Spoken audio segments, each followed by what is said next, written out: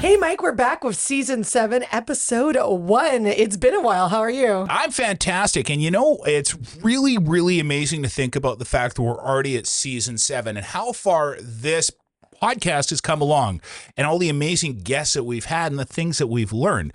How far have we come? Well, when we first started recording, we were sitting across the table like really far. We had to wear masks in here. We weren't allowed to look at each other a certain way.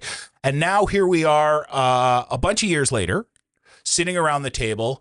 And what's really exciting is some of those initial conversations we had, we were talking about some of the challenges at getting going during that time. And now a lot of these projects are finishing or near completion. So we get to go back and revisit some of the important decisions we talked about last time our guests were on this podcast. Yeah, and we get to invite our old friends back too. Like, he's been on our podcast a few times, but Henri Belisle, owner of TQ Construction, and he brought back his amazing homeowner, Janet Simons. Hi. Hey, welcome back, guys. Yeah. Thanks.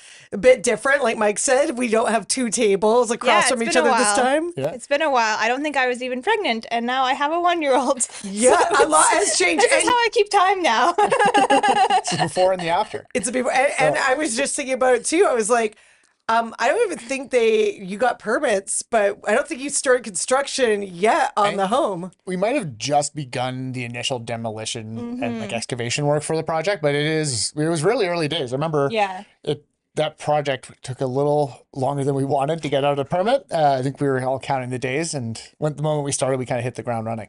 Well, I feel like a big world event might have gotten in the way of that permit, but that's okay. Your home's done now. So now you have a baby and a new home. Yeah, it's been a busy year or so for sure. How long have you been living in the home for? Like when did these guys finish up for you? We moved in July. Okay. Yeah. So I forget when in July. So not only did you have a baby, but you got to move with a baby. Yeah. Wasn't that fun?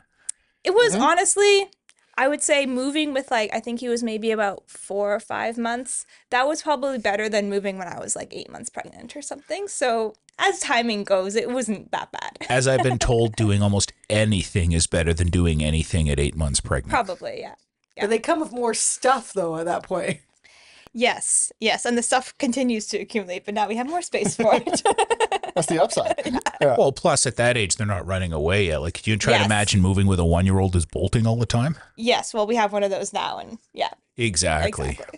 There we go. So let's take the audience back a little bit because we haven't seen you since season 3, and now we're on season 7. So it's been a while. And like we said, we have a lot of things happening now. We have a baby. We have a new home. Can you tell us a little bit about who you are and the project?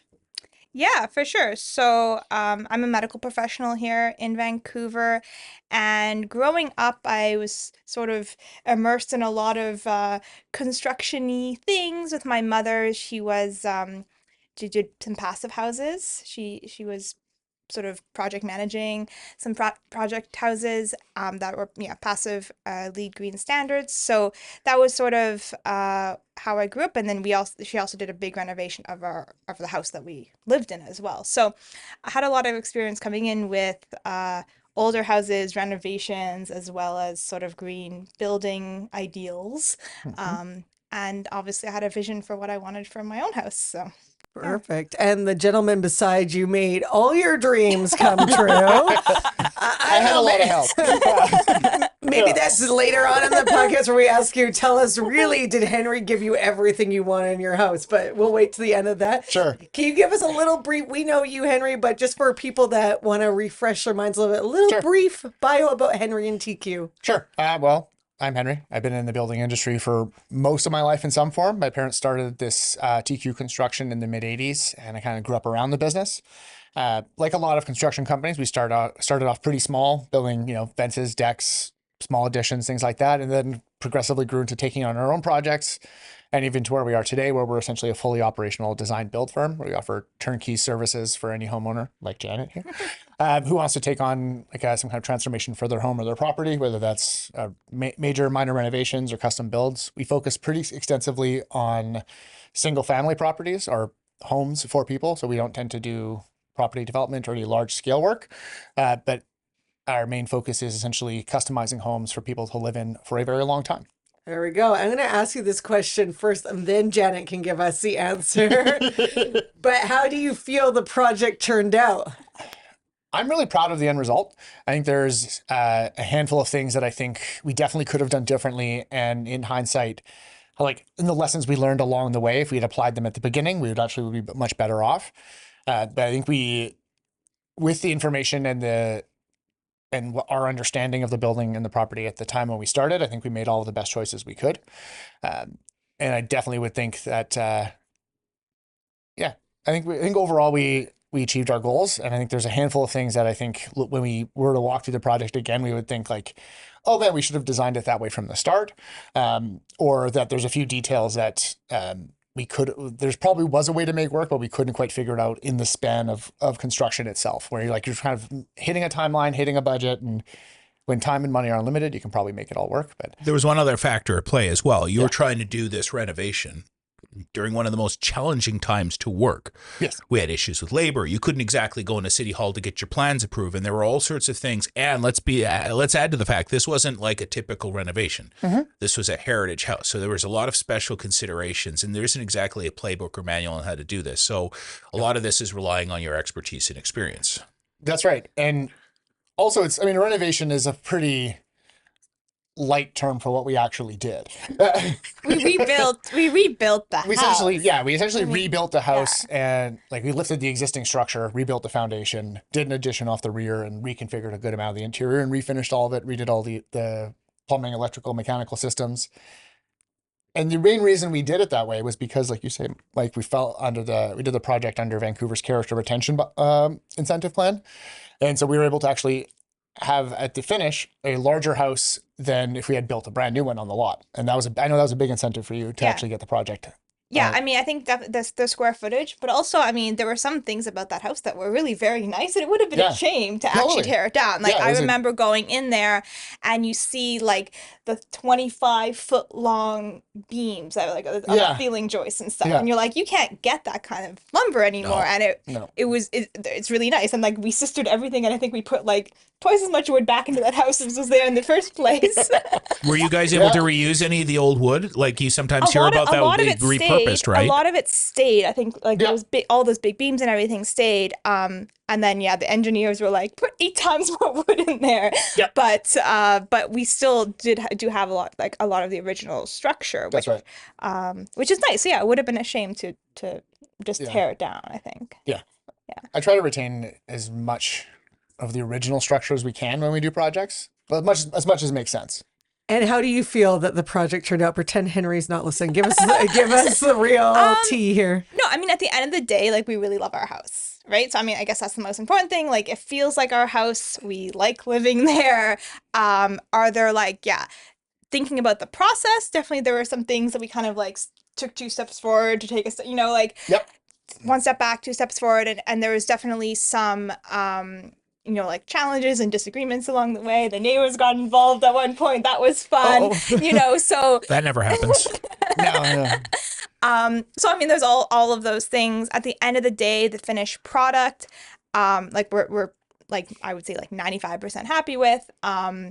There's definitely still some the windows, I think, are still not exactly as soundproof as I would like them to be. And but there's not that much big stuff.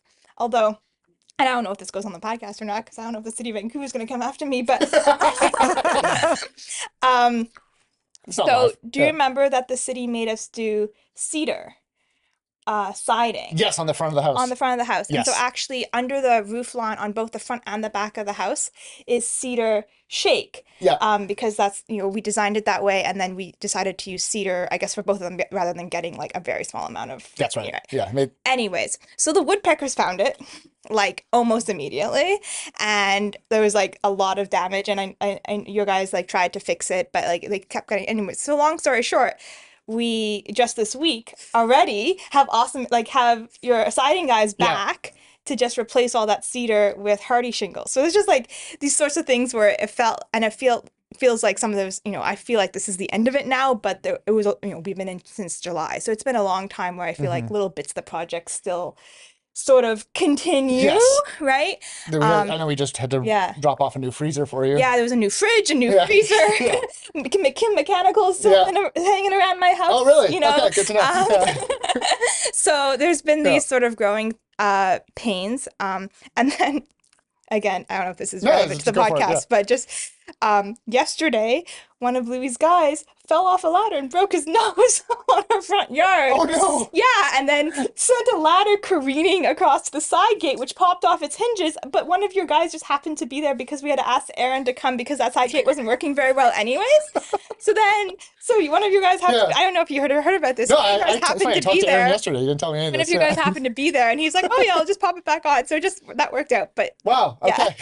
Anyways, So just a great reminder to people contemplating a project right now, make sure your contractors and your people working on your property do have insurance. yes, That's fine, yes, yeah. yes. Or We're one of safe. Henry's team is there to fix it after Yeah. it goes Happened sideways. to work out, but That's so funny. Yeah. But I guess the point of this is that even though we moved in July, there's still like bits and pieces of it that we're going for a long time. Yeah. Well, it takes time to get to know your new house, right? Yeah. And that's normal. Like, Yeah. and, like everyone will say, like, "Oh, I just want to get like a perfect house and like Yes. shut the door." But like, when you have a great contractor, it actually shows how great of a contractor you have because they will come back and help you with different things. These things happen in the first year, like, and it's nothing to do with the craftsmanship. It just happens. Yeah.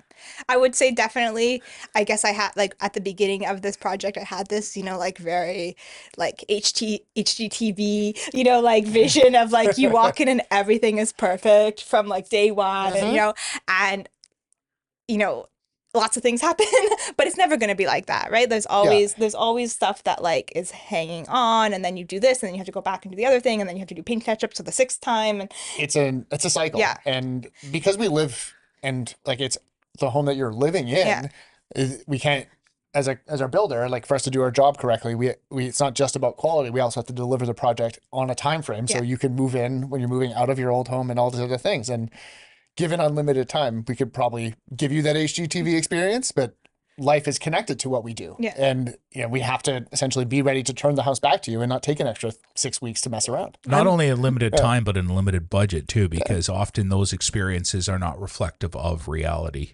Yeah. And I'm sure once those cameras go, they have touch-ups to do too. So I've talked to a few people who worked on those shows. oh, there we go. Oh, we really should be asking you about all the dirt. But it's all about Janet today. And I want to know, you talked about a few lessons learned so far, Janet, but back in the early stages, either it's pre-planning with Henri and team or during the process, or you can have both. Did you find...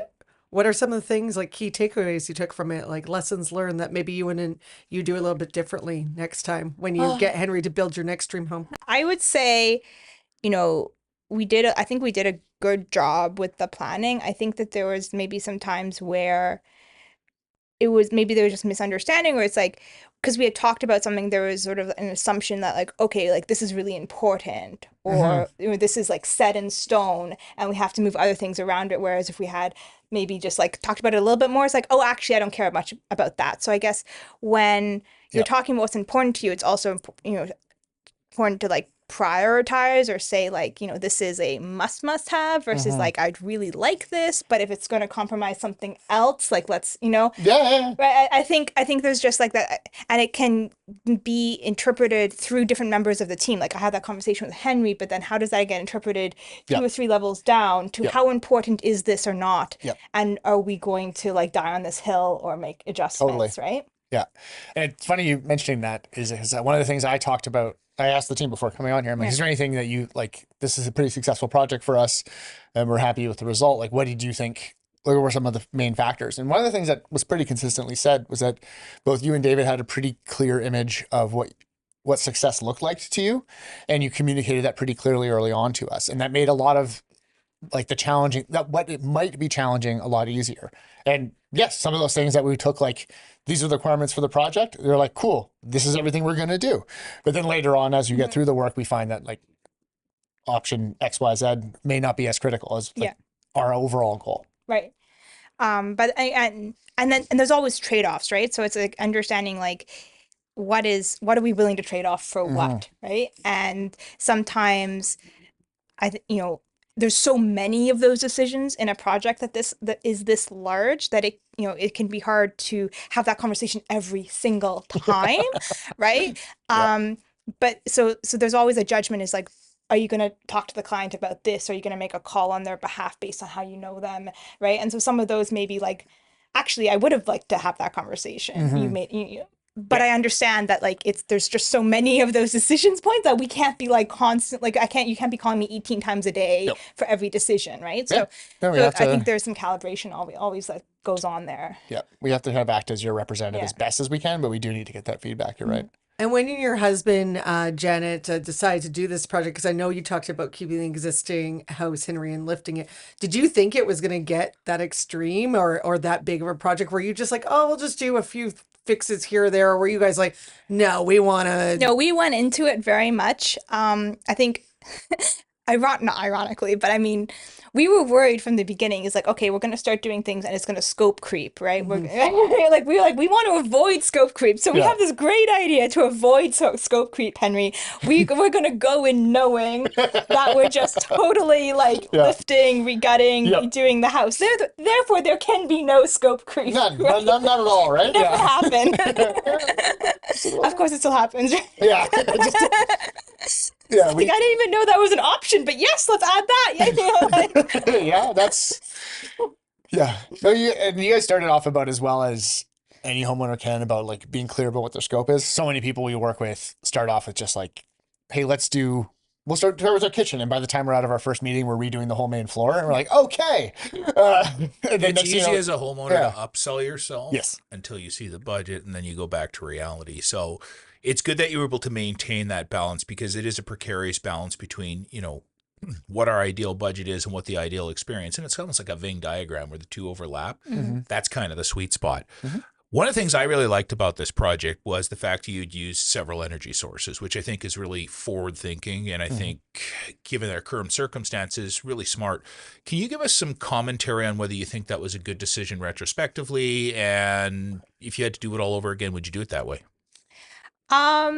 Yeah, so I mean, I'm still happy with the choice. Like, I still think it's the right choice. So what we did, we have a heat pump, that's our main heating cooling, and then as our backup heat source, we have actually a hot water heater. So we have an on-demand gas-powered hot water heater, and then the system uses hot water from that if it needs to augment the heat pump for some reason. I still like, in theory, like the system, and we still have had we still have had like the HVAC guys back like several times because it is a new system, and I think there was like they had some programming like issues with the thermostats, and then I think maybe there's something with the control panel they're going to replace for me. Yeah. So I think there's definitely still like there's like a learning curve, new technology. I think that comes with the territory. I still think that it's like a good system and, like you said, like forward thinking and sustainable. So I'm still happy with it. To But keep you warm during our cold snap in this winter. yeah. No, we've been warm. Like I've never been cold in my house. We had some issues where the hot water, like the backup heat system, was getting kicked on while we were trying to cool the house in the summer. So that was less ideal. But Yes, I remember that. That was not good. you know, they're fixing it and iterating. So I think there's always that little bit of like break-in cost when you're talking about something that's not super mainstream. I think we were willing to accept that. And at the end of the day, I mean, it does work. The system does work, and it is efficient, and we are happy with it. And it's not, we went with the high velocity like air handling, which some people tried to like warn us off because they thought it'd be too loud in the house, but we don't have that issue at all. And we're really happy with how it enabled the design to be what we wanted it to be, with the And small. indoor air quality is good as far as breathability? Yeah, indoor air quality is good. My husband has bad allergies, so it is, and he's noticed like even this year starting early. I think I mentioned his allergies this time 2 years ago when I was here, but it has been good. We've been changing the filters still like almost every month just because there is like all that construction dust and stuff still in the system. But it has been good for us. Yeah, we have a cat and stuff, and it's all been doing well. Yeah. Can you just explain to us, because it sounds like something like really fancy, what a high velocity air Oh, system is? so I mean, so basically, so there's two, not, I mean, I'm okay, I'm gonna get this like so oversimplified, but in my head, This is good. there's two bits to like how you heat your house, right? There's like what's making the heat or cool, like the pump or the furnace or whatever, and then there's how you're circulating that through your house. So we're just talking about the air handler, which is separate from the heat pump or the furnace. You can have bigger ducts, like with a T, not a K. Bigger Fuck. ducts. I was like, you have ducks and woodpeckers. What type of farmer you are?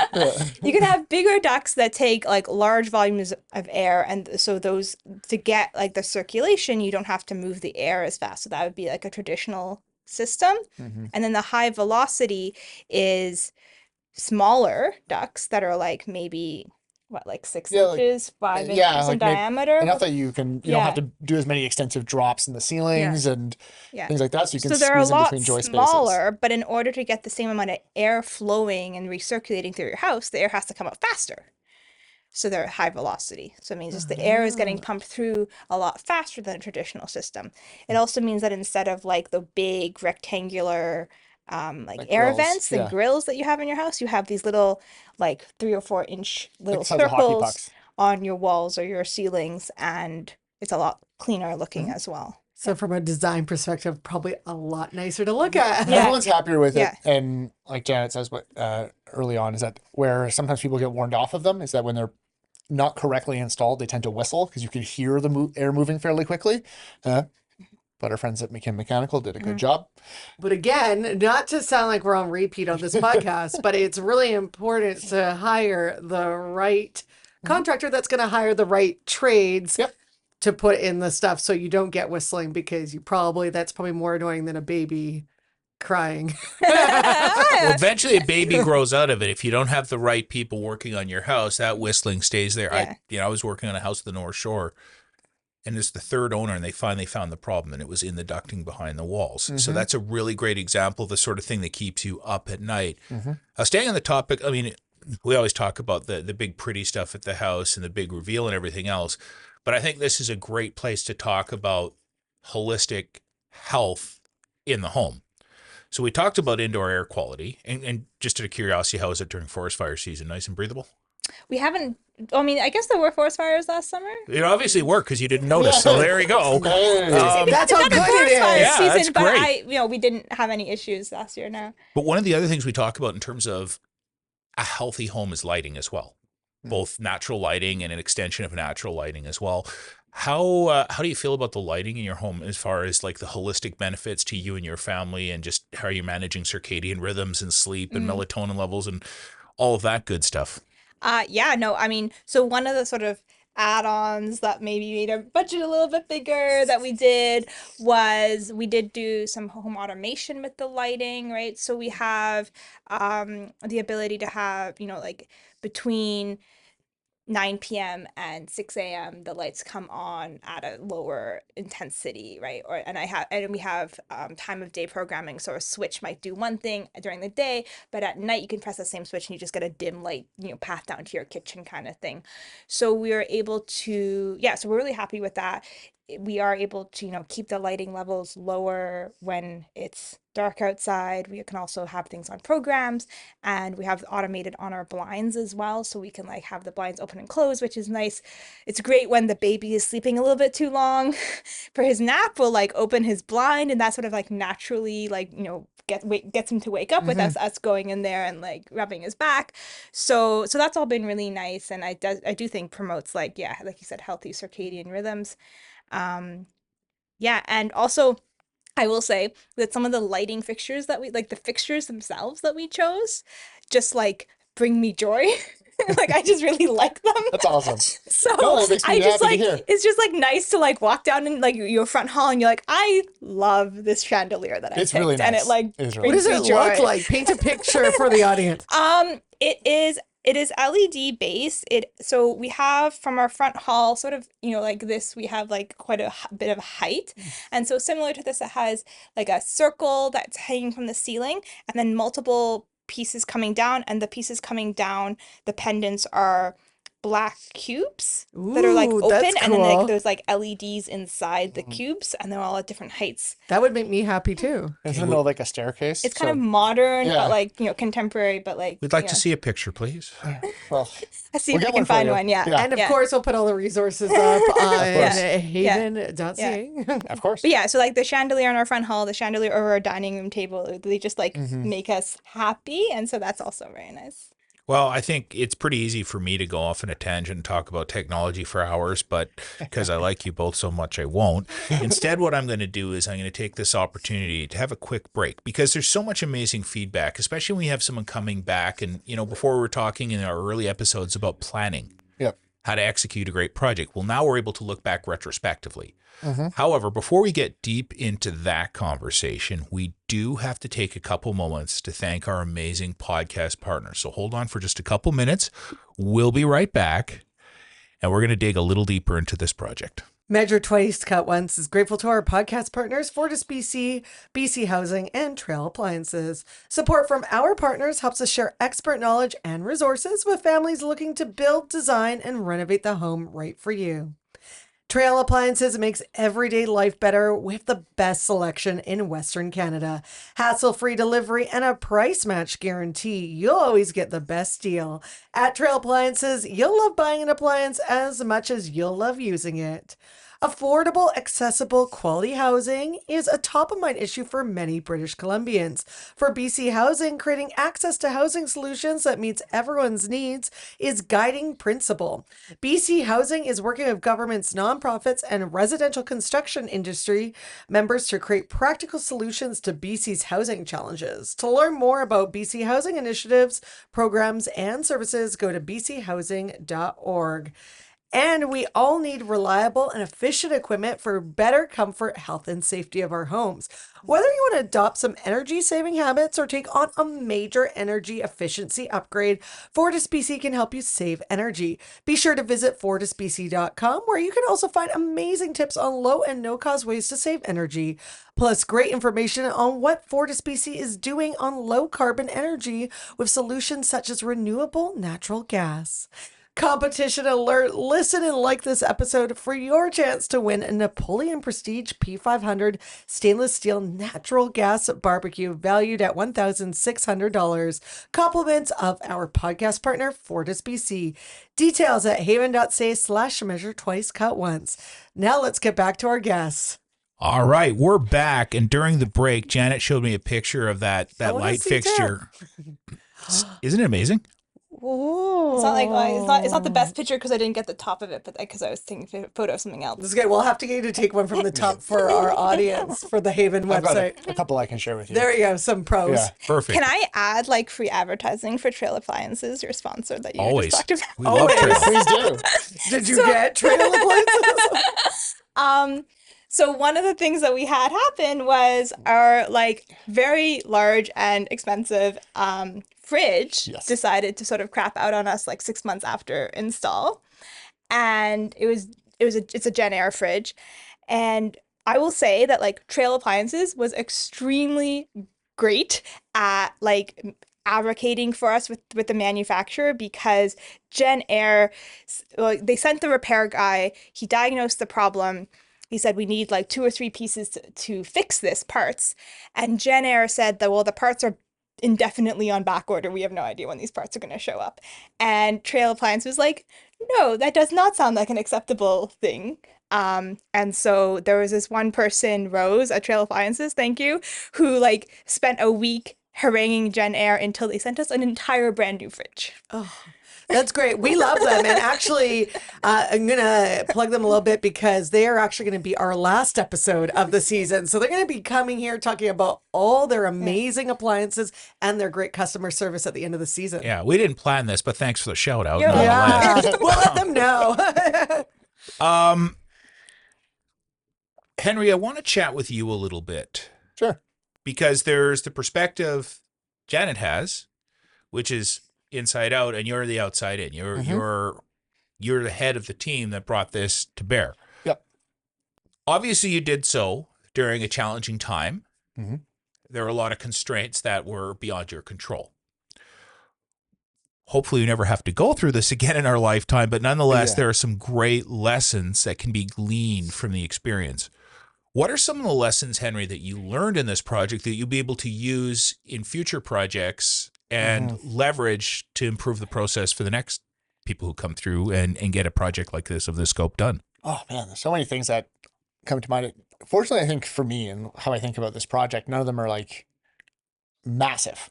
A good example of like what seems like a good decision during the planning phase, kind of at the start, and then sticking to it. It's like a lesson we learned, and this kind of comes around to kind of the story of Janet's hot tub and where it ended up landing.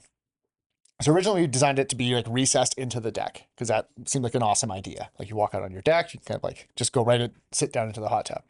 But then going back to our conversation about the mechanical, we then realized the only real place to put a heat pump was under the deck. And so in the city of Vancouver, you can either put a heat pump at the front of the house or the back of the house.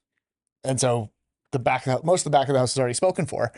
And then we're like, okay, well, we'll just put the heat pump or put the hot tub on the deck, and then that'll be fine. And then cue us getting into construction, team realizes that actually railing heights need to be the top of the walkable surface, which would be the top of the hot tub cover, which would mean that you'd have basically like a 11-foot tall fence on the back of the deck, which is not what anyone wants to look at.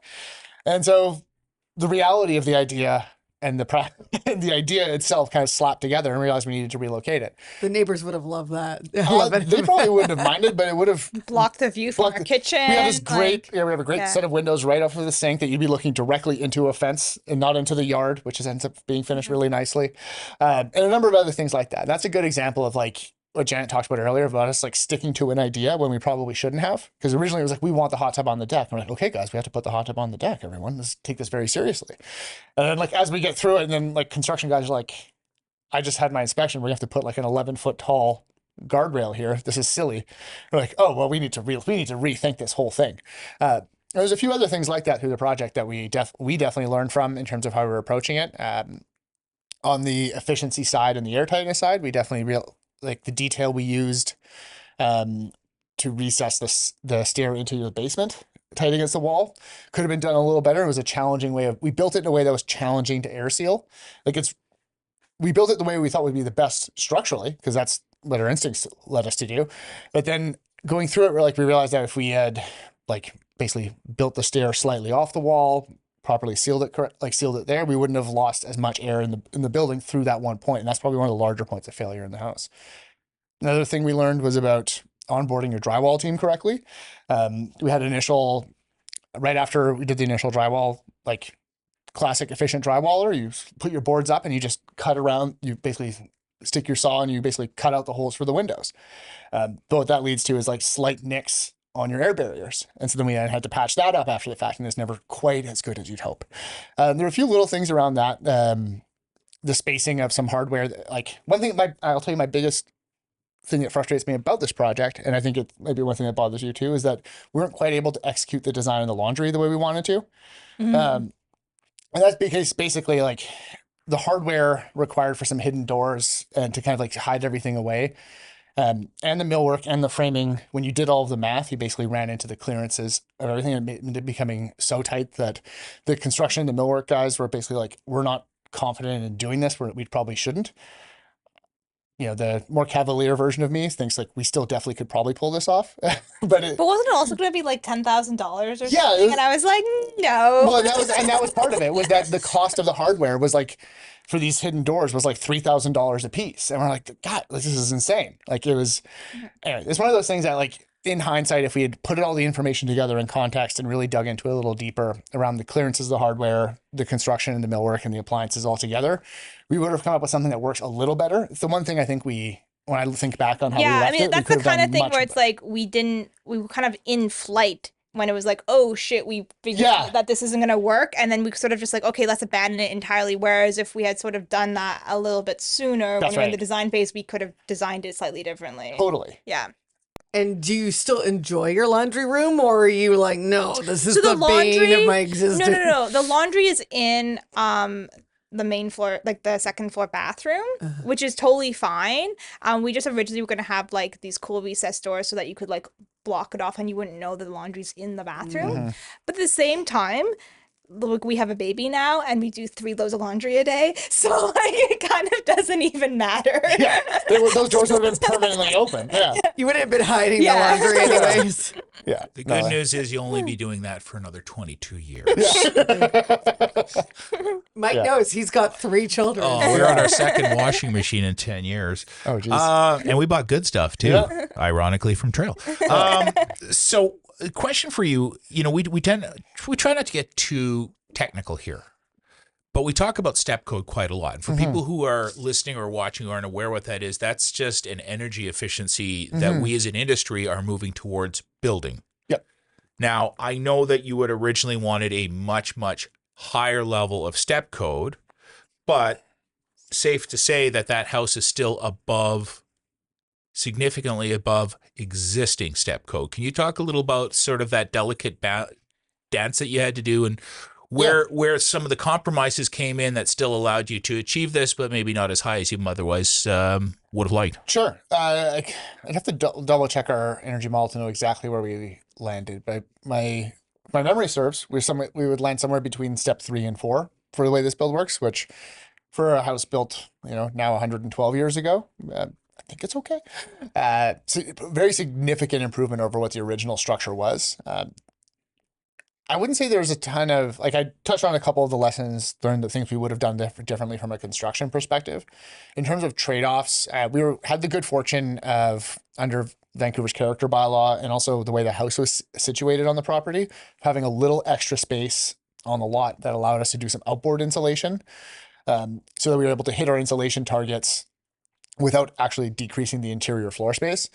And that was one through the benefit of the Vancouver's character bylaw, but also the good fortune of the house being slightly positioned slightly differently than initially seemed. And so we were able to gain the extra space in the side yards.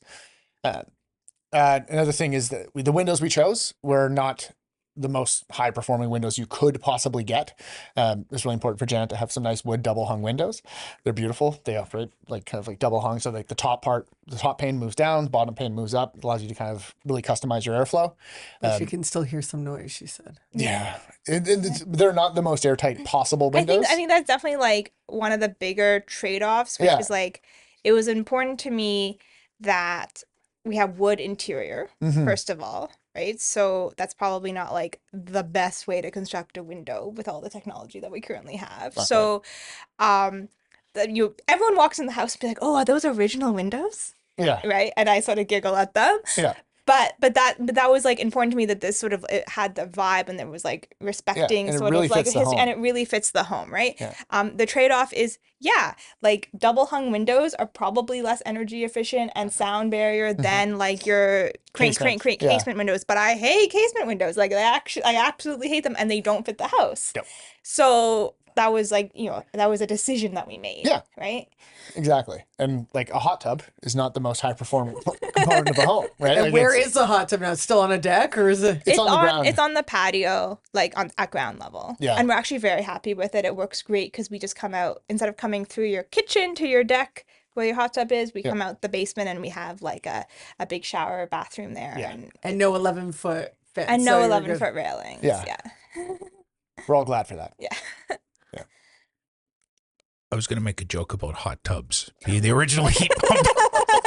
But then I realized I can tell because you got really like the quiet. smartest thing I thought of all time. And I was like, You did, and I was like, okay. he does that. He's like, am I going to get in trouble for saying this? Oh, I'm going to get in trouble. It's just a question of how much trouble. Well, let's move on to a more serious thing. So you did talk about the fact that you were between step code 3 and step code 4. Yeah. Usually step code is not a requirement for renovations, but Nope. obviously you have exceeded these requirements for renovations. Can you tell us a little bit more about that? Yeah, by a long shot. If we were for a project like this for renovation, the actual requirements we'd have to meet would be pretty light. Because you're dealing with an existing structure, you're allowed to essentially leave parts of the home as kind of existing and non-conforming, and then not be required to upgrade them. So for us to be compliant and still meet like the aesthetic goals that Janet and David had for the project, would not have been too difficult. We wouldn't have had to made more than like, I think a 50% improvement to the airtightness, which I think the time was like 14 air changes per hour. So it's like, You could just like visually see the outside. yeah, you could from like the see inside. holes in the building from the inside. And so there was like a lot of it was from fairly low hanging fruit, put in a high performing heat pump, high efficiency boiler, better windows, you name it, you name it. After that, then it's like we were well beyond what the required code was for this project, like without trying very hard at all. Well, and you also have to take in consideration that some of the technology you put in there, like lighting control and shades, people think of shades as aesthetic. It's blocking light, it's privacy. But there's a huge amount of thermal management that goes with shades. So if you're going to take the time to invest in a technologically sound house at a higher level, you can further enhance that by leveraging some technology. So it sounds like you've really leveraged a lot of the technology that's available to achieve your goals, which is kind of ironic considering the fact that you can take a house as old as that and bring it up to absolutely above modern spec right now. Oh, yeah. Like there's a lot of homes being built that aren't to that level, that are brand new, using brand new materials, starting from scratch, which is phenomenal. Now, in order to achieve that level, obviously we have to have a conversation about budgets, right? Because you get what you pay for in this world, whether you're hiring a fantastic firm like TQ or just trying to build a house like you're getting and have built. Are you okay if we do a little chat about budget? Sure. Okay. That's usually not everyone's favorite topic. Definitely not like the best part of the project. But. Well, no, but It's for somebody who's watching, contemplating a project, they have to consider all of these things, right? And just like you had to consider that from where you were at the time, it's part of the process. It's not the most fun part of the process, but it is still crucial. And of course, we need to talk about budget in terms of the ability to have success in your house. Because if you don't have a good budget conversation ahead of time, you run the risk of being a lot over budget at the end or not even able to do all the things you want to do. So take into consideration a couple things. One, this project was done during a more difficult time. There was an acute challenge getting labor on site and things like that. So some of the results are going to be a little bit more skewed to COVID conditions than current conditions for someone starting a new home right now. Where did you land with budget? Were you right on budget, a little over, a little under? So when we started this project, my long-suffering father, who's entertained my mother through these multiple project houses of hers, said, whatever you think you're going to spend, double it. And he was pretty much exactly right. Yeah. Okay, so whatever I think I'm going to spend to build my new home, double it. Now, is that because of the nature of the renovations or because of the materials and scope of what you wanted to do there? I'm just trying to help people understand that, right? I mean, I think it was a combination of a lot of things. One, it's that scope creep. It's that, even though we thought we were planning to do the whole house up and down, in and out, it's still like, oh, you can spend an extra $100,000 to automate everything. Wouldn't that be a cool idea? Or, oh, we can like upgrade this. Oh, actually, we do want that hot tub. Oh, oh yeah, we didn't talk about fences. Things just continue to sort of pile on. Yep. And then also it was like probably at least 20 or 30% of it was just time and, during when we started the planning until we got permits, that's a long period of time. Cost of things goes up. Yeah. Nothing gets ordered until we actually have permits. So there was that. And then, I mean, shit happens. Yeah, it does. It's the rest of it, right? Yeah, there's always going to be like a 10 to 15% shit happens budget. There's about right, yeah. Right? For most projects, there's always just the stuff that happens that you couldn't see coming. Yeah. And like you're right about the timing of the project. Not because things were expensive then, because things are also expensive now. But what made it challenging, talking about like the budget climbing, was that we were in the middle of like a massive time where prices were incredibly uncertain. And so we were estimating based on, 2 years of data usually is what we use. Like at this time, we were like using between 2018 and 2020, and pricing changed pretty substantially after 2020. And if you look at it, and now it's fairly stable, pretty predictable. But at the time we'd think, hey, this is a good number in our budget. We've done 10 projects using number this plus or minus 5%. To then all of a sudden, like, never mind, it's 40% more than that. Wait, 2x4s are $9 each now? Yeah. Well, that's the thing I was saying about. So earlier before the break, you were talking about how they had to put so much more wood into the structure to hold it up Yeah. and to be part of the house. But that was during the time where, like, I even know my dad on the job said he'd be crying because wood was so expensive. Yeah, I think it could have been worse. I It think could we have been actually worse. hit it a little bit after. We were on the when things had downswing kind of- of Oh, collapsed okay, a you're little lucky bit. then, because it's like, you don't want to put more wood in there. Yeah, I Yeah. know. I mean, it definitely, like, it was bad, but it could have been worse. Yep. And timeline too, right? Like, time is money too, when you just have people who need to be on the job doing Yeah. stuff, but you're not getting things like lined up the way that you want. There was like the cement factory strike or whatever. Oh, yeah, I remember that. I had fully blocked that out of my Yeah. mind. PTSD is sort of shuffle all that stuff out of our heads. But like, where were you guys living to? Were you guys paying a rental cost or no? No, we did own the condo that we were living Okay, so in. you're lucky there, but some people still, don't have I mean, that. Paying for it's two still months properties. that we're paying 2 mortgages. It's Yeah. it's True. So yeah.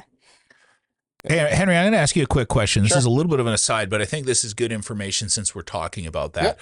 We are living in a time of inflation. There's a whole bunch of extenuating circumstances that are causing the cost of things to go up. Mm-hmm. As a builder, as a project manager, how do you manage this fluctuation in price? And also, how do you communicate this with people like Janet, where you have to go, okay, by the way, those 2x4s are $9, not $3 the way they were when we started? The short answer is with difficulty is how we manage it. It's really hard. It's really hard to do a great job of being aware of what everything costs on a moment to moment basis, and to essentially be able to forecast that. Because like you say, it's oftentimes we're making these commitments, or no, our clients like Janet are making these commitments, and then a year later we're actually executing the work.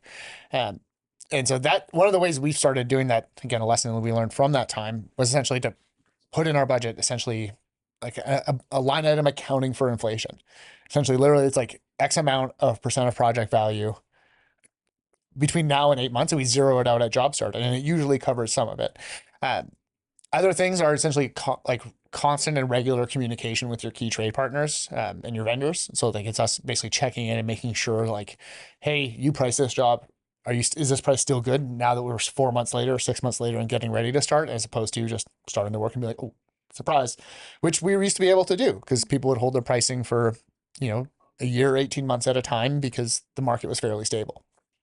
Yeah, I mean, there's definitely things like that where it's like they got to the point of like, okay, we're going to order the floor material. Oh shit, it's another $10,000. Like, Yeah, right? seriously. And it was Yeah. like, okay. And I Like, guess why? it's It's just like- like, and I don't know, but it's like, yeah, That's it's the like, price, yeah. I mean, I think maybe like one of the lessons there is like, if you, like you say, if you kind of keep on with your suppliers a bit more, maybe they could tell you like, oh, it's going to go up 50%. Do you want to put the order in? Like, are you far enough along that you could And lock it in now? I think we ended up doing that Right? with a handful of fixtures for your project. And Oh, you plumbing and ordered all the electrical. plumbing and electrical, and it was sitting in a warehouse for like a year. Yeah. So that, I mean, because we were told that Yeah. it was going to go up in price by about Yeah. $20,000. Yeah. And like our rep gave us a call ahead of time. Like, you have this quote in our system. It's pretty substantial. We're going to see a pretty substantial price increase coming up. Would you like to order it now? And I was like, Yeah. called Jan, like, or are you okay if we do this? We're Yeah. just going to sit in our shop for a while, yada, yada. But it was like substantial amount of money was saved by just like buying it ahead of a price increase that we saw coming. That's why you need to work with great professionals that That's are going right. to tell you these things. Janet, as a homeowner, you went above and beyond the requirements for your home when it comes to being more eco-friendly. What are some things that you learned from that, like that you would pass on to other homeowners that would want that? Because obviously you're very happy with your home. Your husband's allergies are good.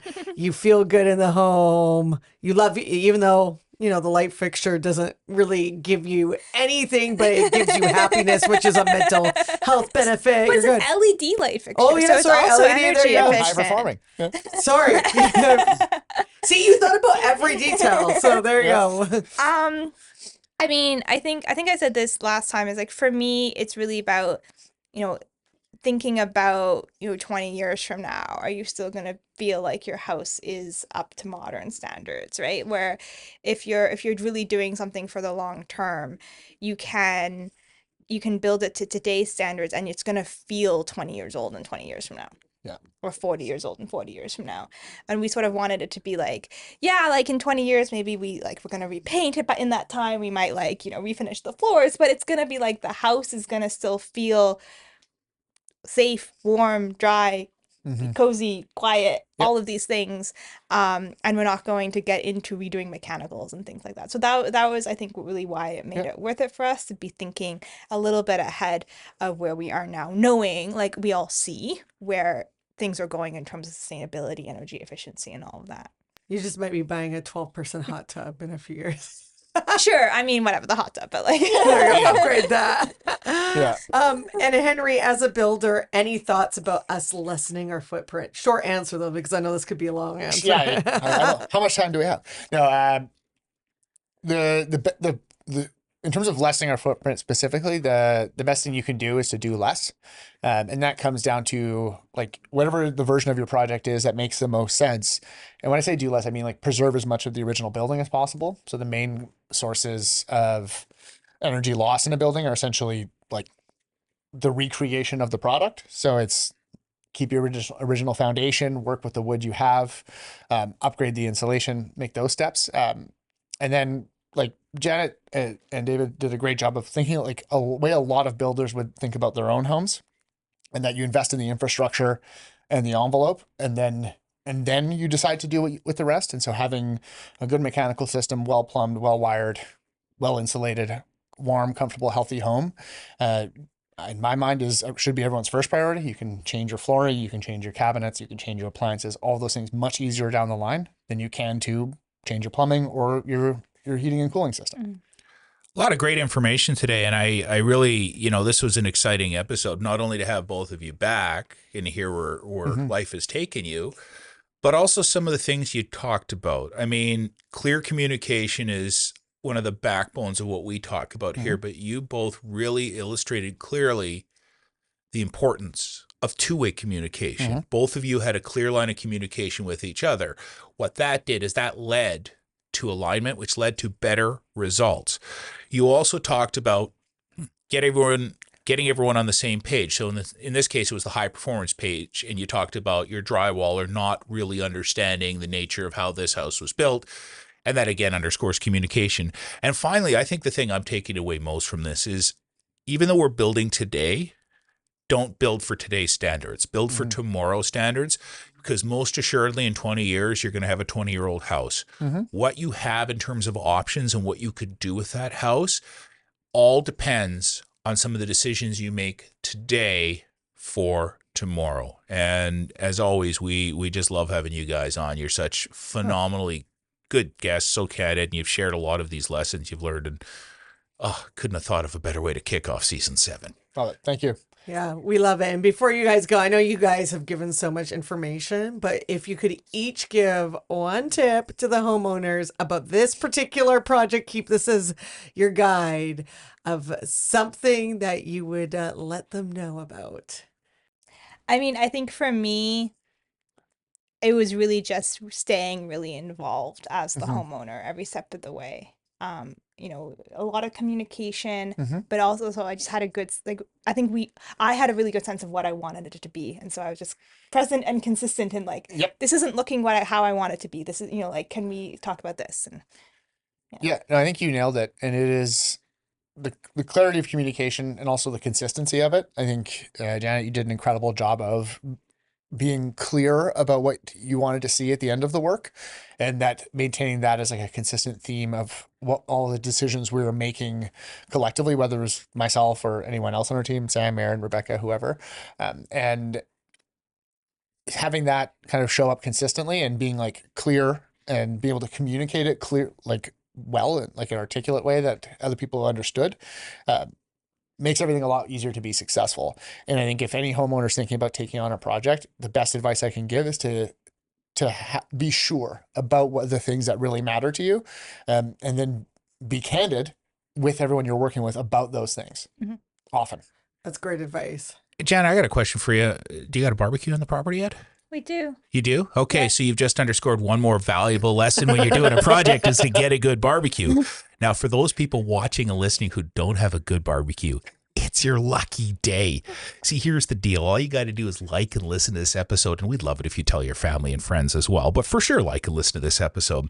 And you have a chance to win a Napoleon Prestige P500 stainless steel natural gas barbecue valued at $1,600. Compliments of our podcast partners, Fortis BC. All you got to do is go to havan.ca/measure twice, cut once. There's all the details there, as well as our past episodes, like the one with Henri and Janet. And you can win a barbecue and get some great information. And for notes and links to everything mentioned on today's episode, including that awesome lamp, or not lamp, chandelier. I just got so excited about it that Janet shared with us, as well as other resources that Henri shared as well. Go to havan.ca/measure twice, cut once. Thank you to Trail Appliances, Fortis BC, BC Housing, Ramey Films, JPod Creations, and AI Technology and Design. It takes a team to build a home, and it also takes a team to build a podcast. Thank you for joining us. See you next week.